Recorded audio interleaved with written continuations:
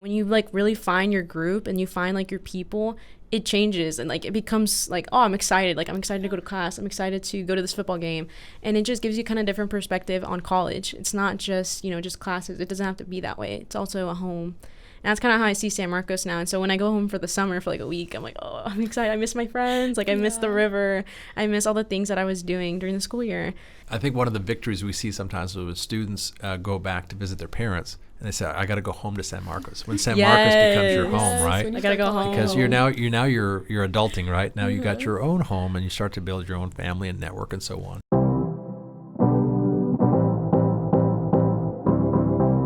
Hey, Bobcats, Kelly Damphousse here, President of Texas State University, and welcome back to the current podcast. We're back now with a couple of students who are going to share about their experience about being a first-generation student. So we have Alexa and we have Sage here. Why don't you guys first tell us a little bit about yourself, where you're from, what your major is, and so on. Hi, my name is Alexa. I'm from Houston, Texas. My major is in education, early education. I have two minors. I have a minor in military science and one in Spanish. So I'm planning on commissioning active duty after I graduate college, and then potentially becoming a Spanish teacher when I finish up that contract. I guess a little bit about me. Outside of my job as a peer mentor, like working on campus, I'm also in the Gold Star Society. So I really enjoy involving myself with the community, not just Texas State, but like San Marcos as a whole. Yeah, for our alumni who are watching and listening, the Gold Star Society used to be called the Student Foundation. And yes. It's kind of the ambassadors for the university for presidential events. And so we love the Gold Star Society. Yeah, I love it. Yeah. It's my first year on it, and I'm excited for all the future events. I know we kind of help out with the athletic department as well sometimes at the football games. Yeah. And it's just been a blast getting to know all the alumni as well, like the strutters from when LBJ was inaugurated and everything. It's really interesting. It gives you a lot of insight about the university, the history of it, and so on, and get to see, like a lot of students don't realize what happens at a university. They think about classes and maybe football games, but don't realize all the other stuff that goes on with alumni relations and bringing VIPs onto campus and so on. So you get kind of an insider's perspective as a Gold Star Society member. I do. Yeah. It's amazing. I love it. Cool. Sage, what about you? Well, hi, my name is Sage Drinkard. I am a digital media innovation major here at Texas State. I'm a junior. I am originally from Liberty, Texas. It's a little small town, like an hour away One from of my best Houston. friends is from Liberty, Texas. You're lying. No, yeah. I've never met anyone who just like knows where that is. Yeah. Yeah, she loves it. Audra McLeod was her name back in the day. Oh She's Audra Wilkinson now. But yeah, she talks about Liberty all the time. So that's incredible. Yeah. I love like meeting. Every time I meet someone who knows, I get so excited. I'm yeah. like, oh my gosh, you know. Well, there's pride in your hometown, right? Like if I'm from Canada originally. And if I ever run into someone from Canada, like, holy cow, tell me more, And so yeah, I feel like around here that would definitely be crazy. It's pretty rare, but anyways, yeah. Outside of here, I actually just recently got employed as a first gen initiative.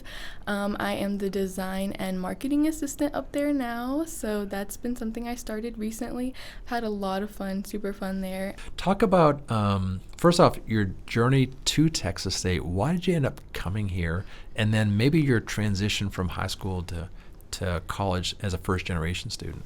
Sage, we'll start with you. Oh, well, originally I actually was not going to come to Texas State. I originally was going to go out of the state. I was going to go to Arizona because I have a lot of family there. But, we were looking at it, and out-of-state tuition is really expensive. And so I was kind of stressing. It was a little last minute. I was like, where am I going to go? And I had a few options, but Texas State really stuck out to me. When I went and toured, I was like, this campus is beautiful. Yeah. This is where I need to be. Also, something that really did stick out was, first gen. It's very, first gen inclusive here. Yeah. And I found that when I was looking at a lot of other colleges, they didn't really gear towards first gen, like Texas State did. So that's why I went with Texas State. The journey to get here was tough. I will say it was kind of, none of my family knew anything about going to college. Even filling out a college application was kind of tough. And then, I got to college and I was like, wow, it's like this big scary thing. Like, what do I do now? How do I make friends? But yeah, That was my You figured it out? journey. Yeah. Yeah, I'm figuring it out. I'm having a great You're time still now. figuring it out, right? I'm Yeah. still figuring it out. There's still so much to figure out, Alexa, what about you? What's your story of getting to Texas State? So really quickly, I want to answer, I kind of want to respond to what you just said. So I have a lot of mentees that are first generation. I have a whole section that's first generation, and a lot of them struggle with a lot of the things that I myself was struggling with, obviously, like finding friends, finding a community. A lot of them ask me questions about registering for classes and situations like that. And I always tell them, don't stress out, because I was the same way. I honestly I feel like I didn't really figure things out until my second year. I feel like that's really true. I found myself at Texas State. I actually didn't know where I wanted to go. I had no idea if I wanted to go to college or what colleges to look at.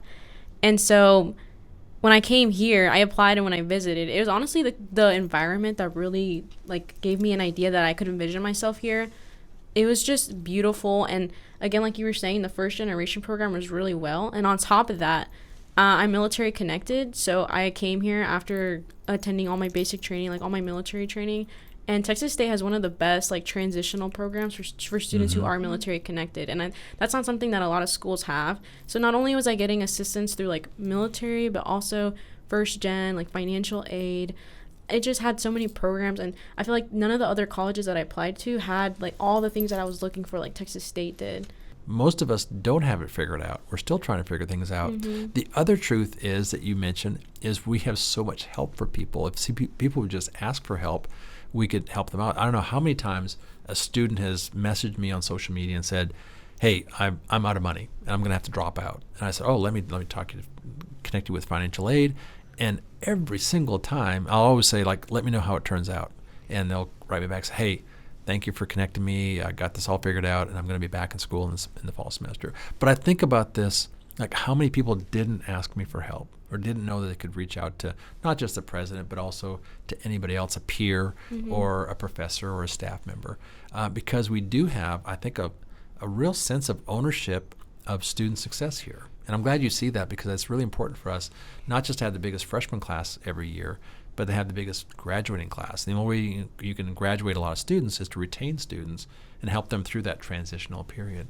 Do you remember maybe a challenge your first semester, specific, I wish I'd known that, or I probably would have had it if my parents had gone to college, it might have been a little different for me, that really kind of stood out your first, the first entree, maybe the first week or the first semester or the first year of college? For me, it was definitely reaching out to my professors and my TIs, the educational, academic support. I see that a lot with freshmen this year, that a lot of them struggle with classes or adjusting to the pace of college classes, and they kind of suffer in silence. A lot of them do. But professors, they have it usually in their syllabus. They'll have the times that they are available in their office hours, and those are times that they want to help you. I mean, I've noticed anytime I go to a professor in my office hours, I've never had a horrible experience. They're genuinely passionate about what they're teaching. I mean, a lot of them have studied that. They have doctorates. You know, they dedicate their job to that. And so a lot of them, they want to help you. And on top of that, when you go to those office hours, they get to know you. They see that you're trying. They see that you're, putting in the effort. And I think as a freshman, I was just really intimidated. I didn't really know how it would go. I thought that I would be, I guess, criticized and judged. And, they'd be like, "Oh, my God, how do you not know this?" But I've never experienced that. And this, on Slack, too, and BOBCATS, I mean, it's, students who are math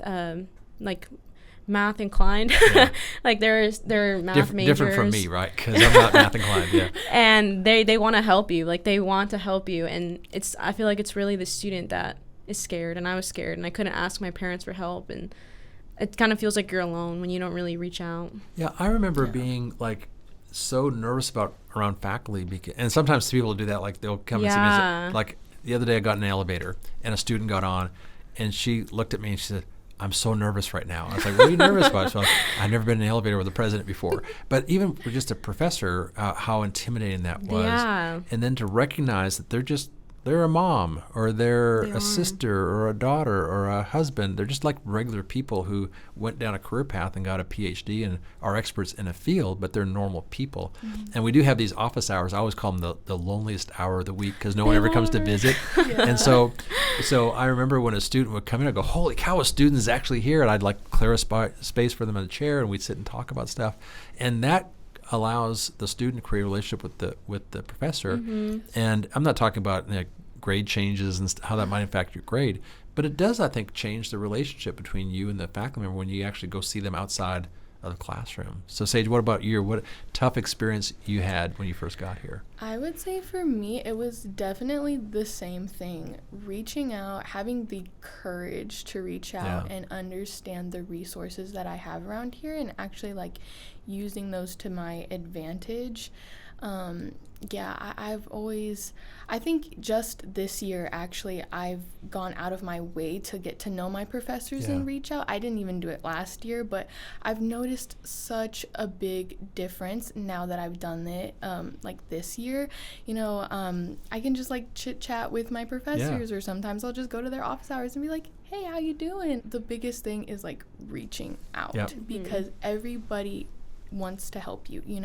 Nobody wants to see you fail. They want to see you succeed, and I wish that is something I realized my freshman year. You're right on target there. I think sometimes people think that students are a burden to a faculty member, but it's the exact opposite. I mean, they could be making a lot more money out in the public, in the private sector, but they're here for a reason, and many of our faculty are also first generation students, and so they oftentimes will see themselves in the eyes of their students when they come in and go, someone helped me get here. I'm going to invest in someone else as well. And it's not just our faculty, by the way. We have staff members all over the campus who are similarly disposed to like pouring themselves into a student that maybe just needs a little push. Yeah. So tell me a story maybe of an experience. You're over the hump now. You're getting closer and closer to graduation now, and you're always saying like you're going to talk to your professor now. You're taking more classes in your major and so on. That kind of makes sense too. But maybe a story where you're like, I've got it figured out. Like now I know what I'm supposed to be doing here. When I started here, I was a business major, and I remember my freshman year being like, this is not what I want. This is not something I like. I was like, what can I do? One thing I really love about Texas State is the variety of majors offered. And so then I switched to electronic media, and I was like, this is still not it, So then I heard about digital media innovation. I was like, okay, yeah. So I started doing digital media, and everything, I don't know if this makes sense, but everything has felt right since then. Clicked. I'm like, this is what I want to do. I feel complete, and I feel like I'm on track now, and I have a better view of where I would like to go from here, what I would like to do after college now.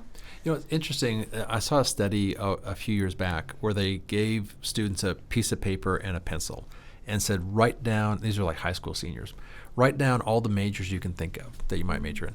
And like the typical list was like 5 long. People thought, well, psychology and biology, and they're thinking of subjects but not majors. Because you mentioned the breadth of offerings that we have, like 200 majors and minors are available here. Like there's, like you probably never even heard of the major that you're in now until you got here. And so we typically think more and more about, degree discovery plans that people can like take classes here and there and then find the one, like not majoring too quickly, because sometimes you get locked in like, I got to be this kind of person, or a degree that's named after a job like accounting. Like that was my dad. The world's always going to need an accountant, so do accounting. I said, Dad, I don't like math. He said, don't worry about it, you'll figure it out. But you did what so many students have done, is you eventually discovered your passion and aligned that with a major, and that makes school so much more fun when you're doing something you love. It does. I will say, when I was a business major, I was like, I don't know if college is for me, because I was taking classes I wasn't interested in, and I was like, I'll just stick with it. It'll give me, it'll be a good degree to have. But I'm so glad, I found digital media, because, I feel right where I need to be. And there are students who, start somewhere else and say, oh, I took a business class. I didn't even know I could do that. I thought I had to be really good at math, and I'm not good. I could do this or that. There's the sales and marketing and so on that's in the college business. And so what about you? For me, my freshman year, I feel like I was one of those students who kind of rotted in bed a lot, and I wouldn't go out, and I thought I was okay with that until, later on I realized that it didn't have to be that way. And so leading towards my sophomore year, I started to get more involved. I started to join more orgs, and I started to be more social instead of just kind of closing myself off in class. I started to speak up. I was going to those dorm events. I was that's when I joined ROTC, and I just started to get out of my shell, starting to get more social, trying to find new things to do. And the more time I spent kind of like investigating, exploring the community and campus, it started to seem more like a home. Because before that, it was kind of like, oh, I'm just here for campus. Like, I'm just going to class and that's it. And when you like really find your group and you find like your people, it changes, and like it becomes like, oh, I'm excited. Like, I'm excited to go to class. I'm excited to go to this football game. And it just gives you kind of different perspective on college. It's not just, just classes. It doesn't have to be that way. It's also a home. And that's kind of how I see San Marcos now. And so when I go home for the summer for like a week, I'm like, oh, I'm excited. I miss my friends. Like, I miss the river. I miss all the things that I was doing during the school year. And so that's one of the things I never really expected to have here in San Marcos. I think one of the victories we see sometimes when students go back to visit their parents, and they say, I got to go home to San Marcos. When San Marcos becomes your home, right? I got to go home. Because you're adulting, right? Now you got your own home, and you start to build your own family and network and so on. I think you guys have got such great experience, but I'd love to ask you for a piece of advice for a future first-generation student. We talked about going to talk to professors and so on, and getting connected in small groups, but what would be one other thing that you would tell someone? So Alexa, we'll start with you. If I had to tell someone who was, thinking of coming to college, I think a piece of advice I'd have is that it's okay to be intimidated. It's okay to be scared. And those emotions are all normal, and that things will fall into place. You just have to give it time, because I think a lot of people immediately, when they see challenges, when they experience something that they're not comfortable with, sometimes it's easier to kind of close off and like want, oh, this isn't for me, and have like doubts. But everyone has had that. Even people who aren't first gen have doubts. Yeah. And it's just important to like power through, and that you have resources here to help you. There was a famous saying a while back that said, failure is not an option. But in college, failure is an option. You should try things, and if they don't work, that's okay. That's okay. This is the time to fail, to try things and experiment. What was the term you used earlier about? It was almost like you spent a lot of time sleeping in bed or something like that. Oh, I was rotting away. Rotting away. Yes. I love that. Yeah, get out of bed, right? Get off the video games. Go see somebody. Try new things. Yeah, try new things. We have so many, like 400 student organizations. If you don't find one you like, go start one. What about you, Sage? My biggest piece of advice would be make friends. And I know that's so intimidating, but once I really found a group of friends, like, I've never felt more at home. And I think my friends have also been my biggest supporters and help. Like, my best friend, she's not first gen, but she's helped me so much with so many questions I have. She keeps me on top of getting my schedule, like meetings with my advisors. Like, she's perfect. That would be my biggest piece. Make friends, because they are going to be there for you in the long run. You reminded me of a story when I transferred. So I went to community college, and I was a prison guard for 3 years. I went back to school. And when I went back to a school here in Texas, I was just completely lost. Before school started, I didn't know what to do, where to go. I didn't have a schedule yet. This is before the internet. And my roommate said, have you talked to your advisor yet? And I said, what's an advisor? And so he rifled through my paperwork and said, oh, your advisor is Dr. Lovelace. You should go talk to her. And I said, oh, okay. I didn't have that safety net behind me as a first-generation student, where my parents said, go talk to your advisor. And your peers, actually, probably more than a staff member or faculty member, can really help you out. Even if they were first-gen, they've kind of gone through it, and they kind of like help you learn some things. So, yeah. And then that's your responsibility, right? To help the next, and you're already doing that. Yes. Yeah. Well, thank you so much for coming and sharing a little bit about your story as a first-generation college student here at Texas State. I hope you feel what we're trying to do here is that we're trying to change people's lives. And we hope that your lives are being changed here. And then ultimately, you're changing the lives of the people that come behind you. And so we're looking forward to seeing the rest of your Texas State story and seeing you walk across that stage of graduation. When's graduation set for you? December 2026. Alexa, December 2026. And Sage? I'm looking at May 2026. All right, a little bit earlier. Very good. And what's really cool is you guys didn't know each other before today, and now you're like buddies now. Yes. Let's exchange socials. Literally. Go to Kirby Lane. Lunch is on me. Right? Okay? It's that easy. It's that easy to talk to people, make friends. It is. Well, you guys are great role models. So. All right, now my favorite part of the podcast is the final question here. So students have submitted questions to me here, and I have not actually looked at it yet, so I'm going to pull this out. So this one says, with regards to the university, what do you hope to accomplish by the end of the academic year? Boy, that's a great question. One of the things we're really working hard on is becoming an R1 institution. So, and becoming an R1 or a Research 1 university has a lot of moving parts to it. But the biggest thing that we're trying to do is increase the number of doctoral students we have at Texas State. So we had a number of doctoral programs already, so kind of putting a lot of resources into that. But we also started a number of doctoral programs as well. So this is the first year of some of those doctoral programs coming in. And I'm excited to see how many students we get into those doctoral programs and see the progress in those students working towards graduation. This past year, we graduated 71 PhD students from Texas State, and we've been averaging about 45 to 50 years. So to make that jump from 45 to 50 to 71 in 1 year is exciting. I can't wait to see how many more students we have graduating with their PhDs here next year. So that's something I'm really looking forward to in the academic year that will be ending next May. Thank you for submitting those questions. I look forward to hearing more of your questions in the future, and I look forward to sharing more about what's going on at Texas State. All right, stay tuned.